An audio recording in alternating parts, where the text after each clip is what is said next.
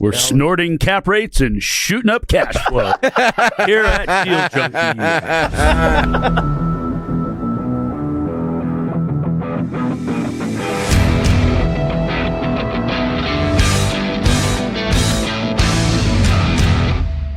Welcome back to Deal Junkies. We are here following up to talk about deals now. We're not very good at talking about politics, so we're good at deals. It's the BDP, big deal problems. Big deal problems. So we're back, and these boys wanted to talk about a crazy deal, so I said I would talk a little bit about a deal we're building up in Astoria. I don't know if you want to set the stage at all. Like what specifically do you want to hear? You want to hear it from?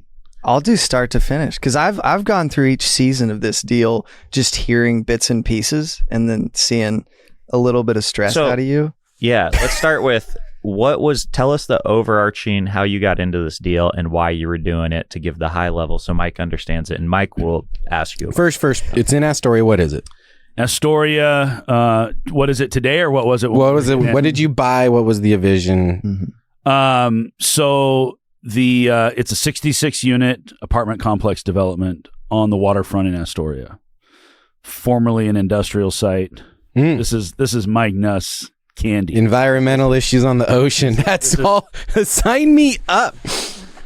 None of that. If there were any of those problems, that didn't land on me. I didn't get any of that. So the way I got into this deal, so we like to buy deals. We prefer if we can buy deals with little or no money down, and we have a good broker, Mr. Marc Popkin up in Astoria Seaside, Popkin Real Estate, and so we were up there buying deals. We had found a few properties that we could leverage into.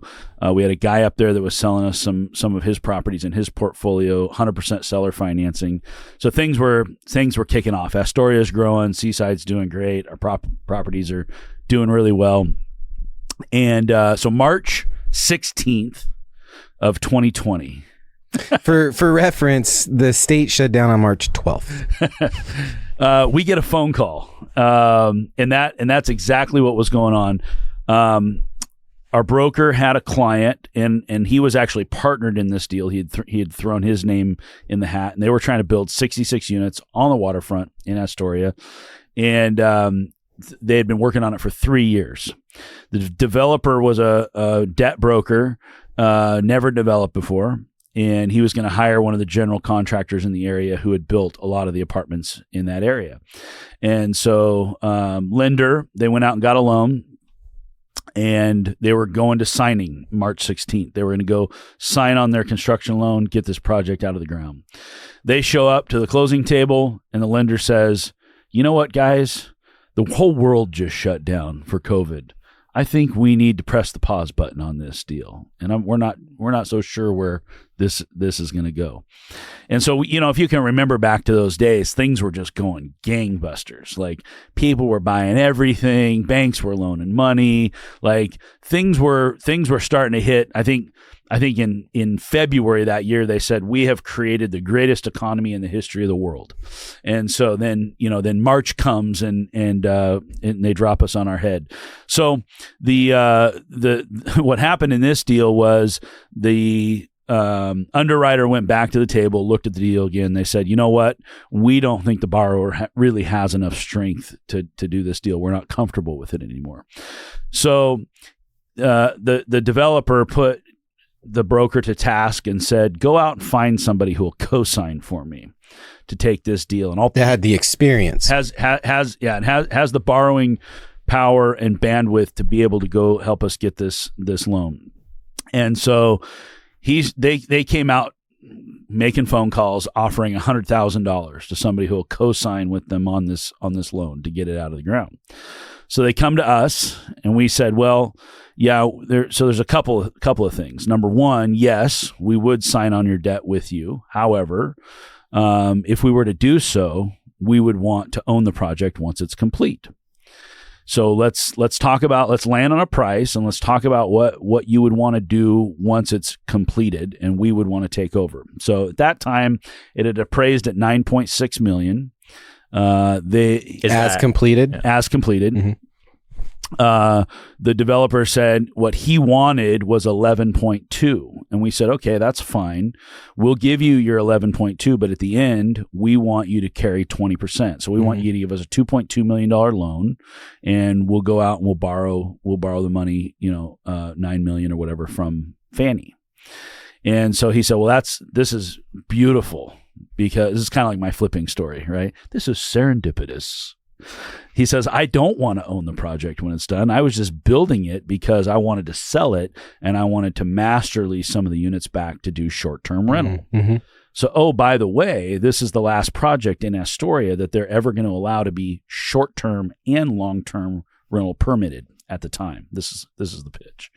So we said, okay, that's fine. If you'll carry a note for us at the end so we can own it with no money, we co-sign on your loan, no money. We'll come into the deal with you. We'll own it at the end. We'll take 50-50 ownership. You'll be the developing partner. We'll be the managing partner.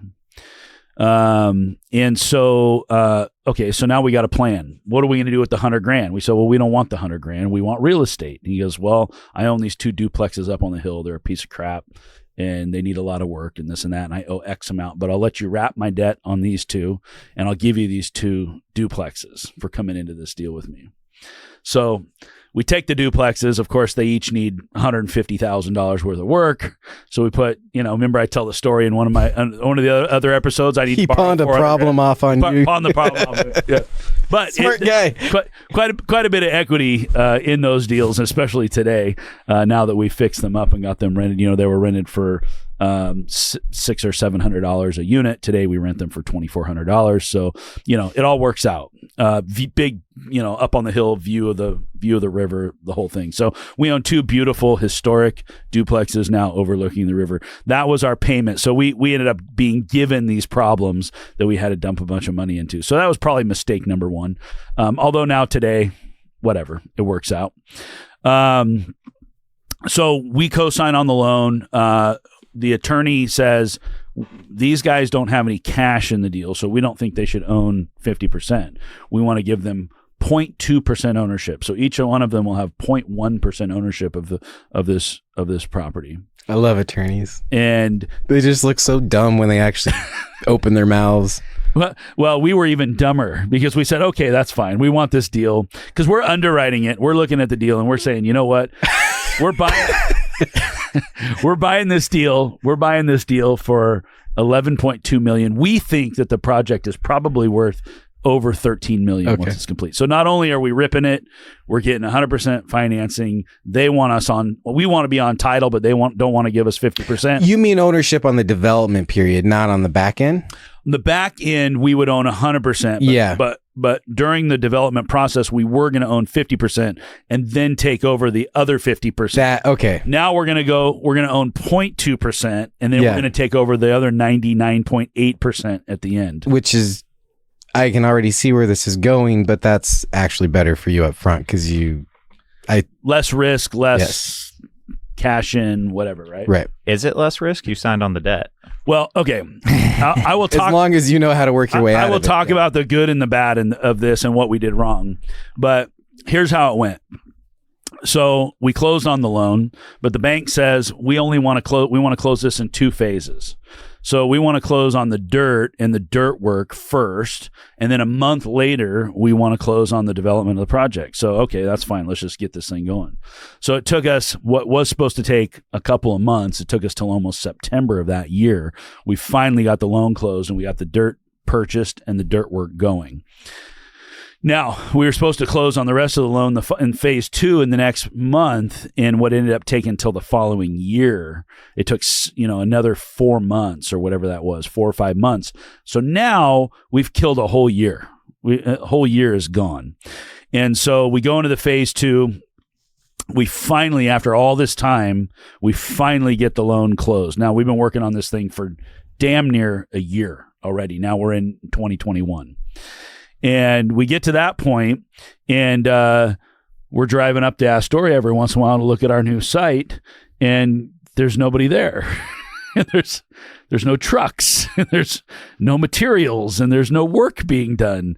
And so month after month after month, we're coming up there, and for a few months, there's nothing going on. Well, it's pretty hard to line up subs when you never know when your loan's going to close, and this thing's going on into infinity. Mm-hmm. All those subs were off working other projects. This is a small market. Mm-hmm. It's hard to find subs anyway. So those guys, all the good subs are off running around doing whatever they're doing. They're going to get to it when they get to it. So now the project is moving in slow-mo. So we get the project. Finally, we go vertical. We start to get the project out of the ground.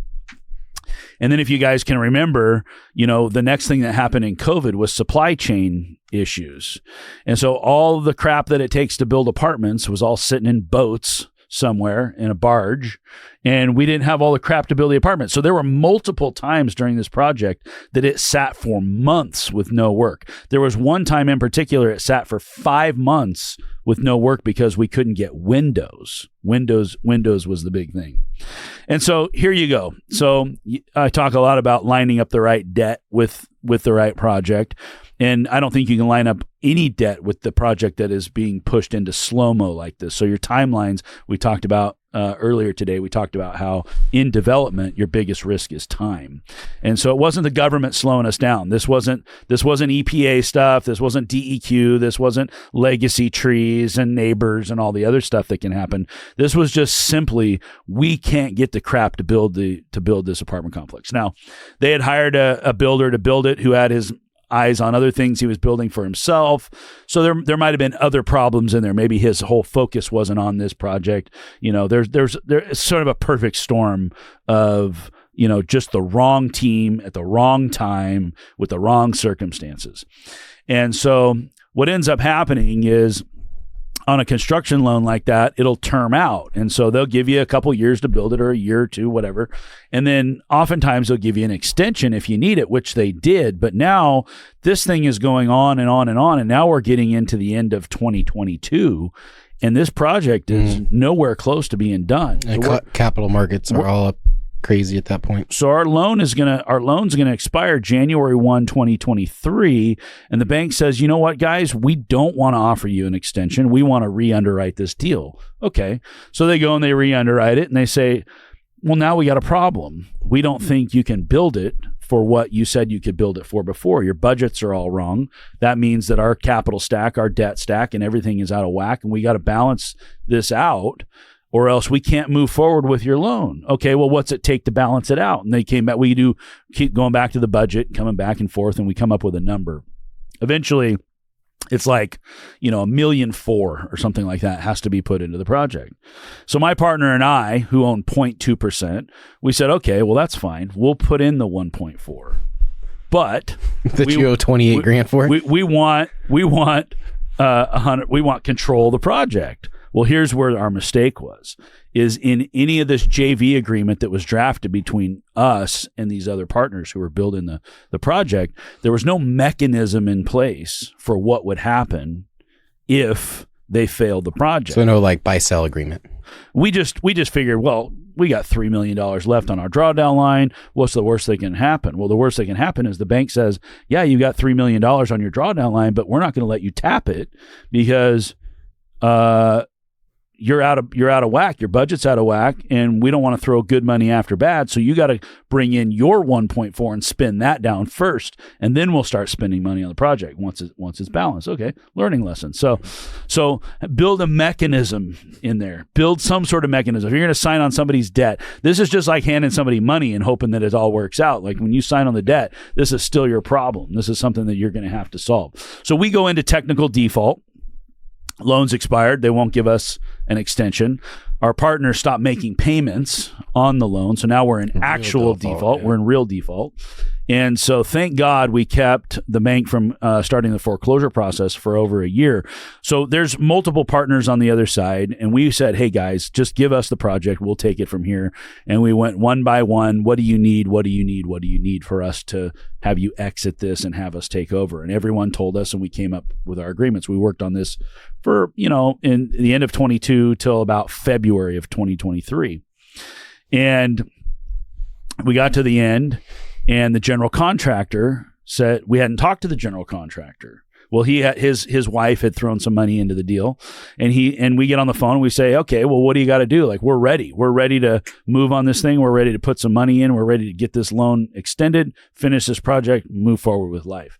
And he says, well, what do I got to do to take over the project? And we said, oh, you want to take over the project? Well, that's fine. Just give us. So at this point, we had actually thrown some money in because they had gone over budget and everything else, and they needed some money. And so we had thrown a few $100,000 into the project at this point. At every time they took some of that money, we probably should have said, hey, we want to own more than 0.2% of this. We want to have some mechanisms. These are like, hey, the red flags are going off and going off and going off and going off. What's the worst thing that can happen? So we found out what the worst thing that can happen is we get into this battle now where the GC says they want to take over. So they proceed to spend, several months trying to line the money up, do the project themselves, fail. A buyer comes along, wants to buy the project. They say, hey, can we just sell the project? By now we're tapped out, whatever. If you don't want it, sell it. We don't care at this point. Sell it.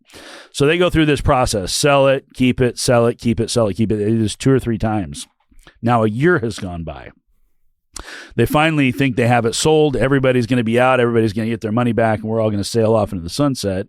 And we get a phone call, in December that the buyer doesn't want to buy it. The buyer's not going to buy it anymore. And so, end of the day, we say, okay, why don't you guys just let us have the project? Like, we didn't want to sue anybody. We didn't want to go down that road and take years and spend all the money. We spent a lot of money on legal already, but we wanted everybody to part as friends. What is it you need out of this deal? So at the end of the day, we were able to negotiate with them, each one of them, including the landowner who had contributed the land to the deal. We were able to negotiate with them to give us a discounted payoff. And we had got our equity stack, our debt stack. We went out and found a new lender. If I would have continued with the first lender, 6% interest. My new lender, 11% interest. Right? Like everything's changing. So at the end of the day, we're taking control of the project. I partnered with another developer that I've built with before. We're getting rid of the old team, bringing in the new, and I will own 80% with Paul, and we'll bring in these other 2 partners that are actually good developers and good GCs that are going to finish the project for us. We'll finish that project for about $11.5 million, but we had to raise $2.5 million to put in ourselves, and we already have $300,000 in. So now, instead of being a no money deal, now I'll have almost $3 million into this deal. And here's really the difficult part is go try to find a lender who's going to lend you money on a project that's half complete. So the project got to the point where it's framed in, it's got envelope, it's got a roof, it's got siding, it's got windows. They didn't paint the siding, so we got to redo it because it all went to crap. It's in the North Coast. So we had to start over with a lot of the siding because it never got painted. So, here you have a project that's 50, 60% complete. Go try to find a way to get your permits up and running. Try to find a way to get your insurance. Try to find a way to get your financing. Try to find partners that want to come into this with you. It becomes immensely more difficult. So very similar to my flipping story. You get to the middle of a house flip.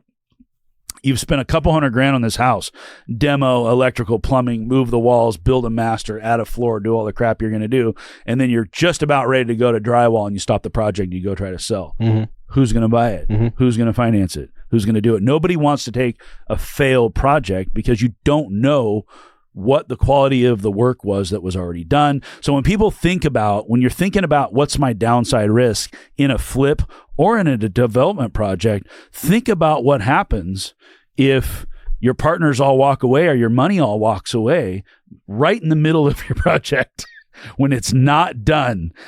In between the time that you break ground and the time you complete that project, there is an enormous amount of risk. Well, that's where the term bridge financing came from, right? So we want to work backwards on end user financing, but you need to bridge that gap. And it takes capital, it takes risky lending, and it takes private equity in order to bridge that gap. So luckily, my partner and I were strong borrowers, and we were able to piece this together and put together a new partnership with new lending and rebalance that. And we will go back. We actually just got loan docs. I got a text a few minutes ago that loan docs showed up. So we'll sign on this now. So now think of this. Today is what? March 12th, 2024. 4 years later. I've been in this deal 4 years, and I'm about ready to take over the development of it, and it's 50% completed. We'll complete that project in 3 or 4 months. Here's the silver lining to it all. Besides of all the things that I've learned, I've picked up new partners, I've picked up new lenders, I've learned some new things. The city is going to allow us to have about half of those units be short term if we want to run them short term. On the ocean. And so the project is all long term. We have it underwritten at about $16 million. If I add short term to it, it'll be over $20 million. We actually have an appraisal. If it were all short term, it's almost $30 million project. Because it's a hotel. So it's hospitality at that point. So in the end, was it worth it? I mean, it was a cowboy move to co-sign somebody's $7 million in debt to say we want to own this thing when it's done and not have any mechanisms in place to take control. In the end, we will have control. We will get it built. There will be a tremendous amount of equity just coming out of the ground once we have it done. And if we add short term as a component to it, this thing will probably become our crown jewel. It'll be something that we hold forever and we never sell it. And it's just worth, lots and lots and lots of money. So it will be worth it. But here we are 4 years in. I'll have it done. Our partners will get it finished in the next 4 or 5 months. So I got another half a year until it's complete. Got to stabilize it. So now I got another 6 months. So I'm another year. I'll be 5 years in before we can talk about perm financing on this deal. So we'll do a follow-up. We'll do a follow-up and I'll touch base. But just think that perm financing is going to look a lot better in 26 than it did in 23. So that was the point Paul brought up, is that we kind of screwed around with this all during a time where you wouldn't have really wanted to be financing it anyway for perm debt. So by the time we come out, the timing, the market timing should be and the lending environment should be a lot better as we come out. You sat in default when you needed liquidity during a period of time of getting liquidity being really difficult, and made it to the point where now liquidity is a little easier to get. And then you had that duration of sitting in time where now you made it easier to go deleverage the other players, right? So you needed new equity and you needed deleveraging, and the bank wasn't going to deleverage. So you had to go to those other partners individually and negotiate them down. So the same problem that got us into the mess is the same reason why not going into perm during that time would be good. If we didn't have COVID, supply chain, so on and so forth, we wouldn't even be in the deal without COVID. But if we didn't have supply chain issues and the project was finished, we wouldn't be having this conversation. One thing I will add, and this is a little bit of a pat on my back, is that the bank stacked up $630,000 worth of interest, not only regular interest, but default interest and penalties on that loan while it sat there for over a year while we tried to figure this out. And these guys were actually, even though they were the ones that put the halt on our project, they were actually really good to work with. And they actually waived that $630,000 in accrued and default interest for us, which really helped push that was part of your deleveraging. Push the deal over the buy the hotel, date the rate. What questions do you guys have? Was it worth it? The amount of stress you took on and all of that. It was a lot less stressful for me than the house flipping was. Probably because I'm not writing $50,000 checks every month to hard money lenders. Was it worth it? I don't know yet. He doesn't have anything to contrast it to. I think it will be. I think the lessons alone will be, and I think that the payout on the other end, it's big enough. If this was all to lose $100,000 or make $100,000, absolutely not. But if we can make $5 million, it was. But I would not do it that way again. I will never build another project without this one partner I have who will be on the show one of these days. I'd say that right there is probably worth it. You have a lifetime development partner. Yeah. Now, I mean, but while we're trying to build this project, we started another one here in Salem. We built a 26 unit. He had that out of the ground and completed in 9 months and under budget, while I'm watching this other project sit there, and I'm going, me not being a developer or builder, I'm just kind of going like, well, what speed does this really move at? Because you had no clue. Now I got to see a visual of, I can see exactly what a good developer and builder does versus ones that may not be focused or, what. Well, and so that's why I'm saying, well, that makes it worth it, right? So now you have a developer who's going to go be successful 90% of the time moving forward. And so you went through one really bad deal to find someone who's going to really probably be an amazing partner down the Well, that's one of my things I always say, which is kind of tongue in cheek, but I say I'll sleep with anyone until they give me gonorrhea. The problem is I sleep with so many people, I do get gonorrhea every once in a while. And this is a metaphor, guys. I don't have gonorrhea for real. But partners, I love having partners, and I like trying new partnerships, and I like trying new things because I don't know. Like if I had not gone, and I partner with other developers that also failed. So if I had not gone through 2 or 3 different partnerships that didn't work, I wouldn't have found the one that did because I would have never tried that partnership. So I had to keep trying them until I got there. And sure, you lose $100,000, $200,000 here and there. I mean, it's you got to do it. Like for me anyway, the way I operate to go find these partners, I have to take that risk. And you lose the money, whatever. You know. Is that because you're a deal junkie? Is that the? It might be. It might be. That just sounded like an addict talking. I want the deal. So we joke around a lot about like you losing 2.1 million doing this and this Astoria project, and we joke around and have fun with it. But one thing I admire is just you're able to endure this amount of stress that I've never seen anyone comprehend. So when I sit and think about what you actually went through on these deals, it's insane. Like most people don't get what you were actually dealing with day to day.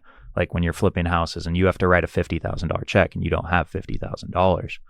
Like most people can't make it through that situation. Do you think most people in your stage and like your success level have to go through something like that? Or is that just a one-off of you doing this? Boy, I'm a firm believer, at least for myself, that I don't learn anything unless my ass is on fire. So, I think you have to get yourself in situations that are stressful in order to grow. I think it's just human nature. Like when I'm comfortable, you can't teach me anything. I'm not interested. But when I can't sleep at night, that's where the growth happens. Now, you don't want to push that envelope too far. And I can tell you as I get older, I'm trying to be more and more careful to not put myself there because I'm at a stage now where I don't need the deal that bad, but I want my sleep. Like I value my sleep. I value my peace in my life. Life is still moving at high speed and there's still stress, but it's stress that's manageable. It's not wake up at 2 a.m. in cold sweats where you could fry an egg on your chest type of stress. I mean, that kind of stress, I'm not sure. I mean, if you can live through it, it will turn you into a different person. I will say I'm a lot different than I was coming out of each one of these things. And it's fun it's really kind of amazing, really. We want to talk about these things because there's more lessons to be had. I could talk about deals we did where I made a bunch of money and this and that, and it's like, oh yay, great, you made a bunch of money. But the lessons are in these deals where you make mistakes and you jump into something you shouldn't have jumped into. And this is not the first time where I've woken up in the middle of the night and gone, oh crap, like I got myself in another one of these messes. Like, and it's like you're just thinking like, oh, you're doing deals. We do deals all the time, right? But then there's that deal you jump into that you're like, this one could take me under. Like, I mean, this is one where this could wipe me out. And so I don't know if I would recommend it per se, but I think that it's human nature unless you're willing to fail. What I would recommend is maybe fail on a little bit smaller scale. But for me, I wouldn't have learned the lesson if I hadn't have done a big deal and had it gone south. That's just me. It's just the way I am. So if you can learn these lessons on a smaller scale, what I like to say is I learned the lessons on $1 million problems, so I don't make those mistakes again on $100 million deals.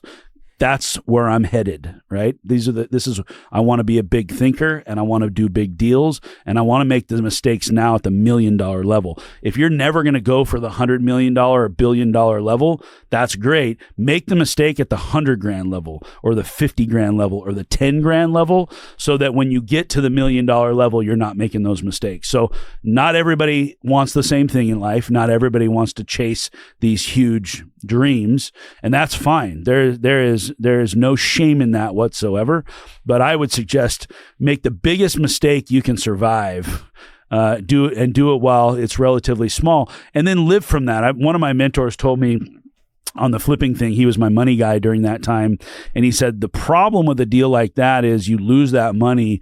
And now because you lost that money, you'll never want to go do those deals again. He was partially right. I never wanted to flip houses again.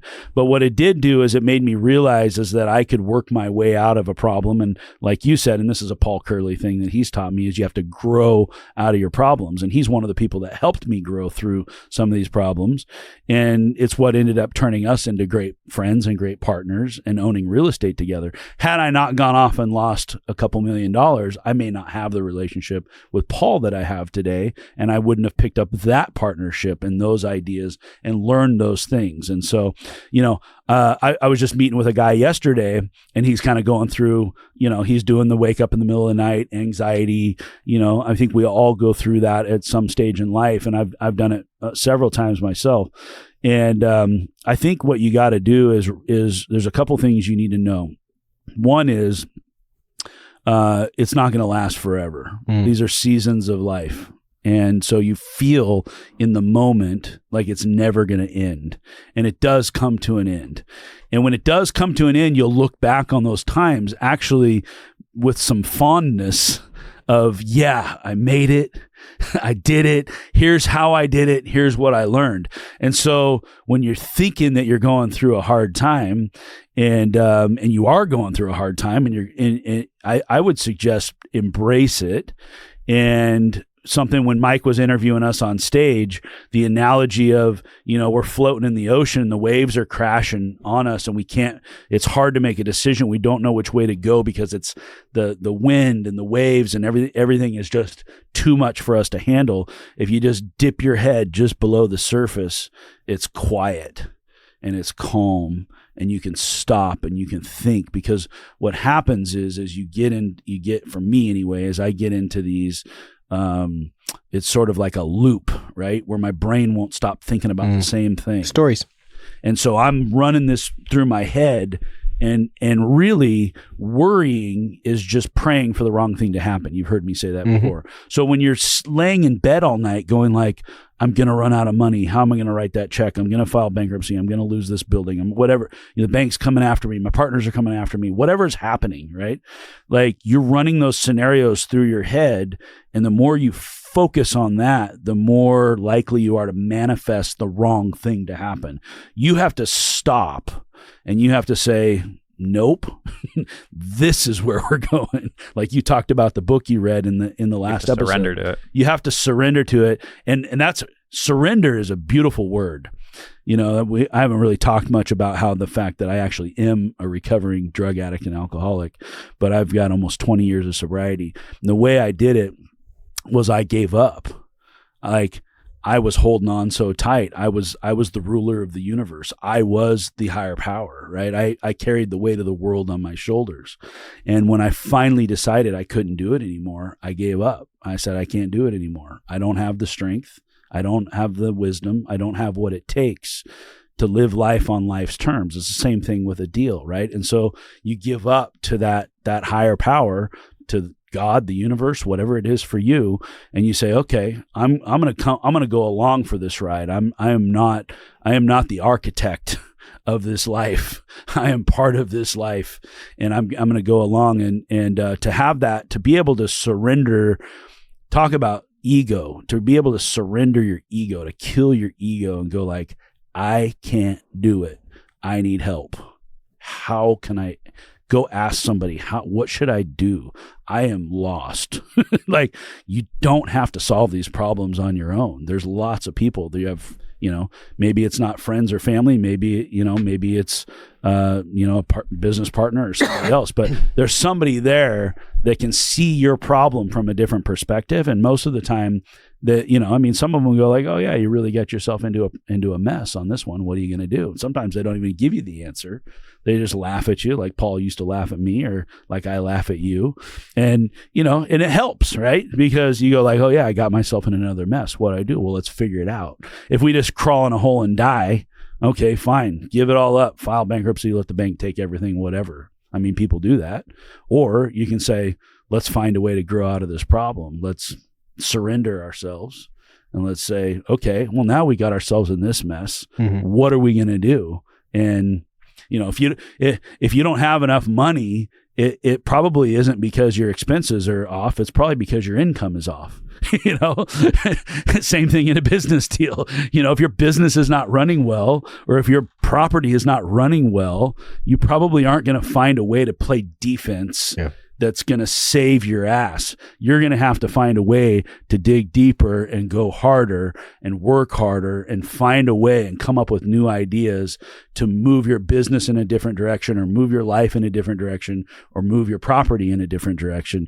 And to me, to answer your question, going all the way back to, do you have to go through these problems? I mean, to me, if you don't, your brain's not lit up. To me, when you get into a problem, your whole brain lights up. When you're just comfortable, when we're sitting on a beach, sipping an umbrella drink and, playing in the sand, I think our brain is pretty much dark. I don't think there's a whole lot going on upstairs. It's just kind of like, the sun is warm and I like this and, whatever. When you're laying in bed and you're having an anxiety attack, your brain, if you put your brain on a scan, it's probably fully lit up. Every single section of your brain is working right at that moment. Take advantage of it. Come up with some new ideas. Write them down. Talk to somebody about them. I mean, there's some really valuable things. I think most of the valuable things you learn will happen when you get yourself into trouble like that. Do you understand though how unique it is, what you went through and how you were able to endure that? Like, cause when I talk to people about that, like, they don't comprehend that, like how insane that is. The only person when it really, like, I didn't even comprehend it because we joke about it. And we were joking about with Chad, right? Who grew up with you during that time. And he's like, yeah, you guys joke about this a lot, but you don't understand. Like, and he really put it into perspective for me where I was like, that is insane what you did. Yeah. He just said, you have no idea who that version of Gabe was.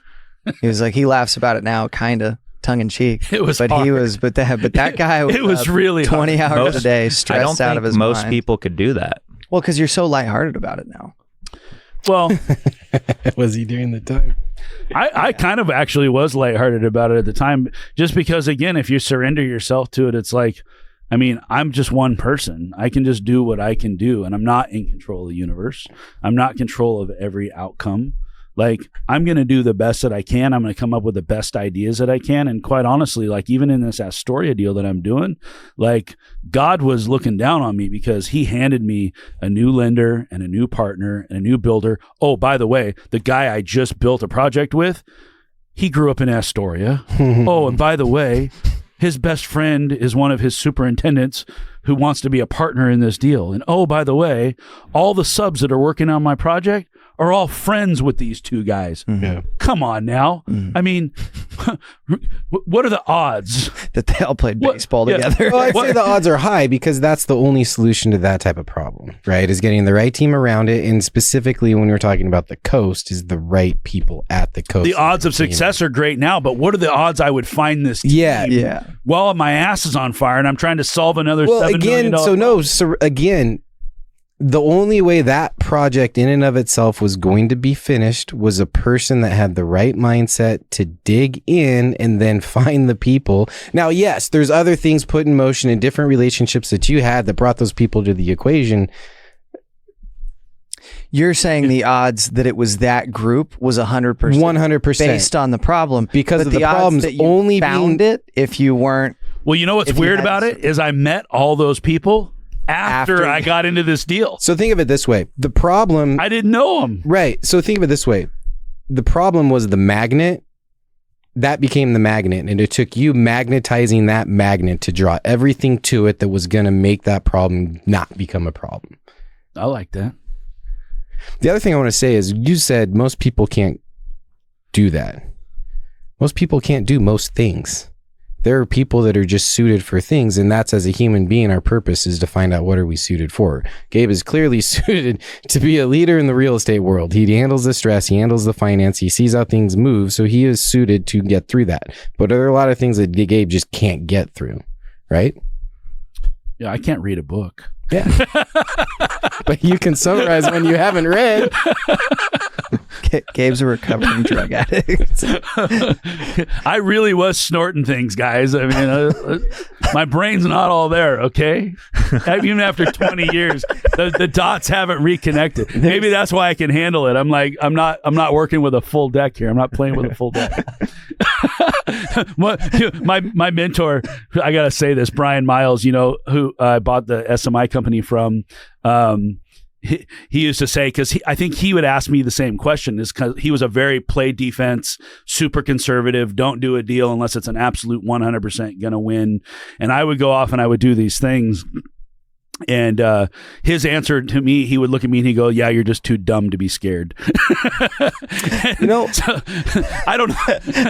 That was his explanation for it to answer your question. Okay. In a very loving way. He told me I was too dumb. That all makes sense. All right. Okay. So the last podcast, Tribe of Millionaires, Jamie interviewed Justin Freen.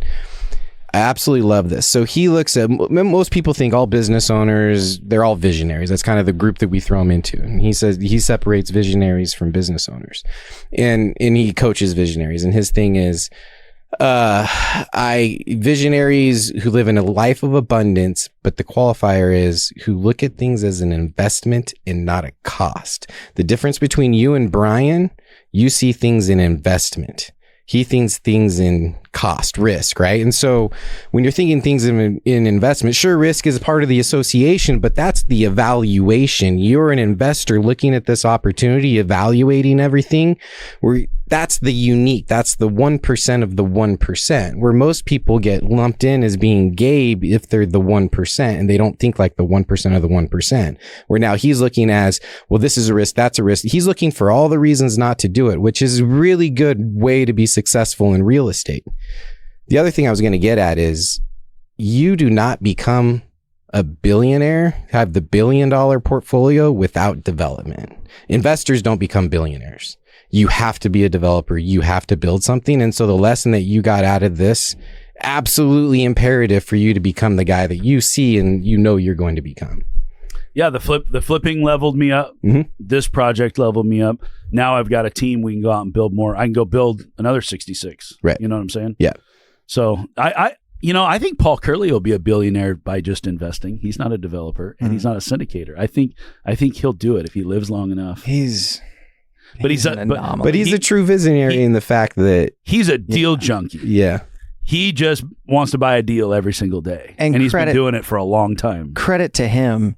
He started his own property management company and he manages all of his own units in-house. And so I think to Mike's point is that you don't just get to do it by letting somebody else do the work. And so development's an avenue to create value in the market, but owning your own is developing. Yeah, but owning your own company that runs all of your properties and then people that feed you deals and having a great mechanism to close those deals is another value add to the that's how you can create value in the market, I guess. Yeah. And then get there. Yeah. Yeah, but also he's an anomaly.